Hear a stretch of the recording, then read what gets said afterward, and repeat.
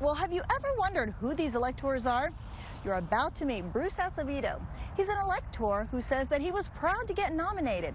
He just never expected to get flooded with tens of thousands of messages from people trying to convince him to change his vote. Can you imagine getting one of these in the mail and opening them thinking it's from your kids or friends? But no, these holiday cards. No, I'm sorry, this is Thanksgiving, but I think this is really important. And these emails. I had 2,700 right here. And these letters. And I started getting letters to my house. My sons, my kids started getting letters. Are from strangers.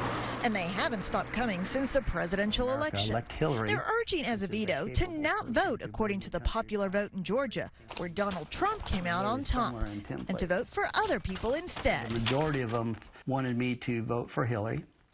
A few hundred that I've read that would like me to not vote at all. And then I had a number of them that wanted me to vote anybody but Trump. It got so bad, he had to contact the server provider to filter them from his business and personal emails.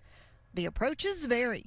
There's the guilt trip. I've gotten calls from Texas saying that, you know, if you vote for Trump, my children will die and they won't have insurance. Don't worry about breaking the law approach. If there is a crime involved by me not voting, to go ahead and do it anyways because it's worth it. And while he says they're not threatened. The title is WTF, explanation. This one used a lot of offensive language. Nope, can't read that one. But Acevedo isn't fazed. I've got 24 years military background, so I'm well prepared for anybody who takes anything too far, but I mean, it is kind of ridiculous. He's also not changing his mind about the person he'll vote for December 19th. Yeah, I'm vote for Trump. So he scoops up samples of what he's received and will save them as a piece of history for his great-grandchildren. And again, electors from around the country, including Acevedo, will be going to their respective state capitals. That's going to happen December 19th, sometime between 11 a.m. and 3 p.m. And they're going to vote for president and vice president. By the way, Acevedo tells me that so far, he's gotten 4. That's right, only 4 messages from people encouraging him to vote for Donald Trump. Reporting live from the state capitol, Giovanna Drpic, CBS 46 News. Well, Tracy, I was able to get my hands on these site plans and the video you're about to see. It's all for one of the locations that Georgia is hoping is going to convince Amazon that it should set up shop in our region. CBS 46 News is showing you exclusive fly-through video of how Georgia hopes to seal the deal with Amazon to get its second headquarters site. This is phase 1 of the Alpharetta option. It's called 360 Tech Village, which shows the proposed Amazon campus. This is the first phase, which I'm told could be built immediately.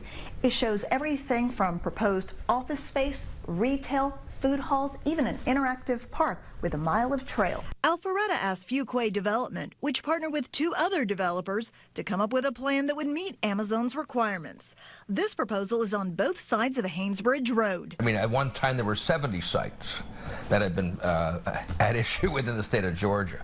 Here on this site plan, the white structures represent office space that Amazon could build. The pink buildings represent retail, restaurants, and hotels that could service the Amazon campus. And there are already a few structures on here that could be expanded. Here are the stats: 100+ acres, 8 million square feet of office space, 2 hotels with space for more, nearly 600 residential units, and lots of space for a food hall, a dozen other restaurants, plus a specialty grocery market. Here are the pros and cons according to Georgia State Associate Professor of Economics, Dr. Bruce Seaman. Already a successful high-tech location, desirable place to be living. It does have huge congestion problems. I think it has huge transportation problems. Dr. Seaman thinks this option will face stiff competition from proposed locations in Midtown and downtown Atlanta.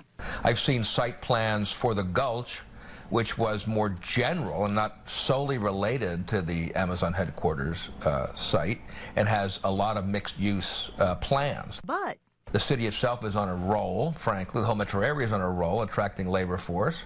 So he thinks Georgia's entire package will likely make a lasting impression on Amazon.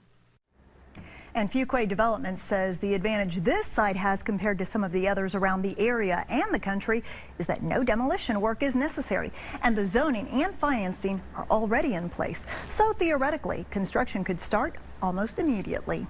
Giovanna Drpic, CBS 46 News.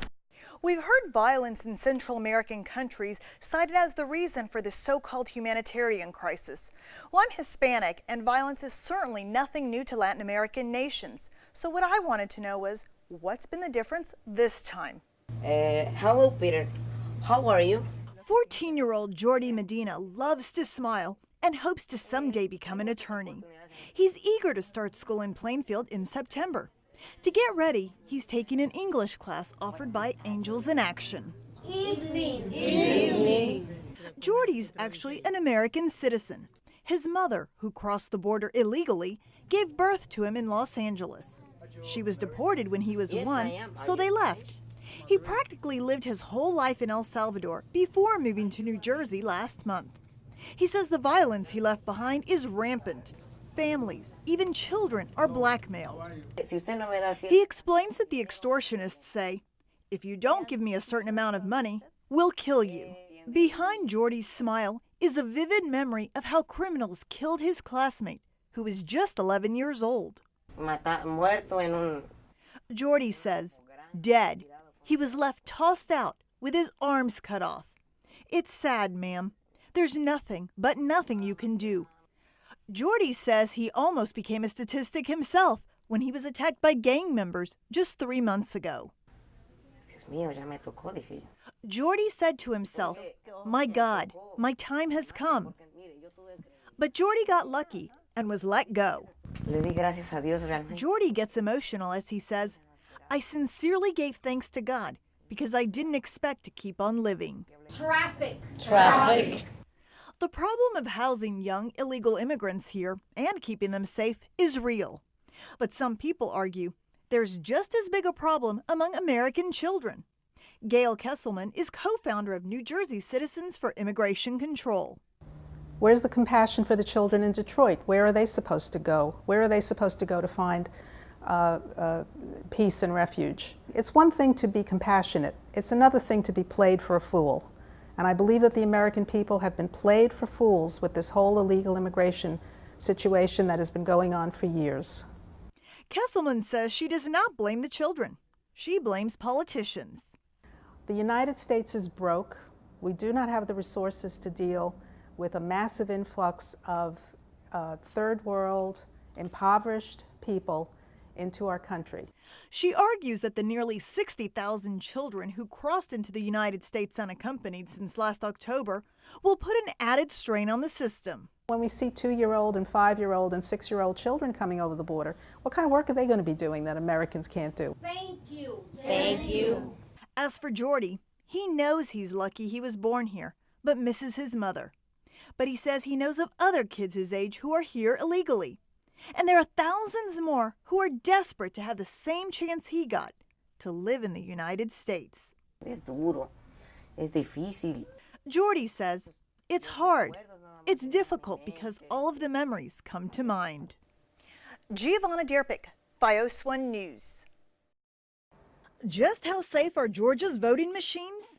Hackers got a crack at trying to breach the security of a Georgia voting machine, along with more than 24 other states' machines at the recent DEF CON hacking conference. Okay, it's an hour and 40 minutes in, and the express poll books have been hacked. And that is particularly concerning to me because right before the special election, they had express poll books stolen from a vehicle. Donna Curling has been so concerned about the integrity of voting machines in Georgia, she filed a lawsuit trying to invalidate the results of the 6th district race between Karen Handel and John Ossoff. We're saying there's absolutely no way to know because the system was exposed. We've told you how Logan Lamb, a cybersecurity researcher, easily uncovered sensitive voter data twice, hacking into the Georgia Secretary of State's website.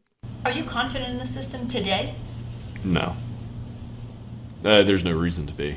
I asked Richard DeMillo, a Georgia Tech computer science expert and professor, about the security of the system. So do you believe the Secretary of State's office has done an adequate job to protect our system? I think they've done an awful job. Professor DeMillo co-signed letters with other computer scientists to election officials, asking what steps leaders took to protect Georgia's voting system. In instance after instance, They have not responded in a forthright way. CBS 46 News submitted open records requests to find out the same. We learned Kemp declined an offer from the Department of Homeland Security last September for federal help. His chief of staff responded to us saying, quote, "We already contract with private security vendors to provide these services.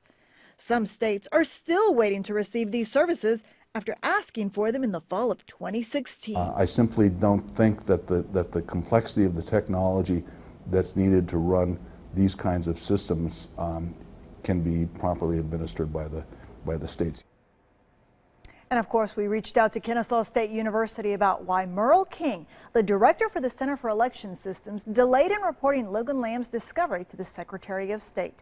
According to the spokeswoman, Merle King said, quote, "I did not believe there was any risk and therefore did not notify the Secretary of State's office. In hindsight, I should have let them know that I had been contacted," end quote. Reporting live in the studio, Giovanna Drpic, CBS 46 News.